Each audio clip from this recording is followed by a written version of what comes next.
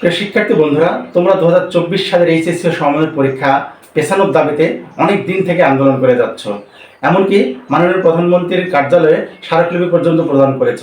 আসলে তোমাদের পরীক্ষা পেছানোটা কতটা যুক্তিযুক্ত? ঢাকা শিক্ষা বোর্ডের চেয়ারম্যান এবং আন্তঃশিক্ষা বোর্ড কমিটির সভাপতি অধ্যাপক তামুল কুমার সরকার দাবি করেন তোমাদের পরীক্ষা পেছানোর যুক্তিযুক্তই নেই। তিনি এক কথায় ঝেড়ে দেন যেটা অবান্তর, এটার কোনো যুক্তিযুক্ত নেই। আসলে তোমাদের পরীক্ষা পেছানোর যুক্তিযুক্ত আছে কি না সে বিষয়টা আমি আজকে তুলে ধরার চেষ্টা করব।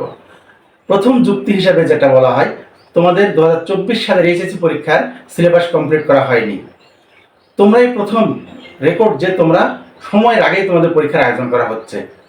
তোমাদের পরীক্ষার মাত্র 14 মাস সময় পেয়েছো তোমাদের সিলেবাস কমপ্লিট করার, যার মধ্যে থেকে তোমাদের সিলেবাসটা অবশ্যই কমপ্লিট করা হয়নি। তোমরা তোমাদের সিলেবাস কমপ্লিট করার মাত্র 14 মাস সময় পেয়েছো। এই 14 মাসের মধ্যে কিভাবে সিলেবাস কমপ্লিট করা হয়? আবার নানান প্রতিকূল পরিবেশের মধ্যে তোমরা যাচ্ছ, যেমন রাজনৈতিক পরিস্থিতি। বছরের শুরুতেই নির্বাচনের কারণে তোমাদের পরীক্ষার পড়ালেখা অনেকটাই ব্যাহত হয়। তারপরে মার্চের দিকে হিট অ্যালার্টের কারণেও স্কুল কলেজগুলো বন্ধ থাকে। পরিশেষে তোমাদের পরীক্ষার উপর ভর করে বন্যা। বাংলাদেশের প্রায় 1/4 অঞ্চল বন্যায় প্লাবিত হয়ে আছে।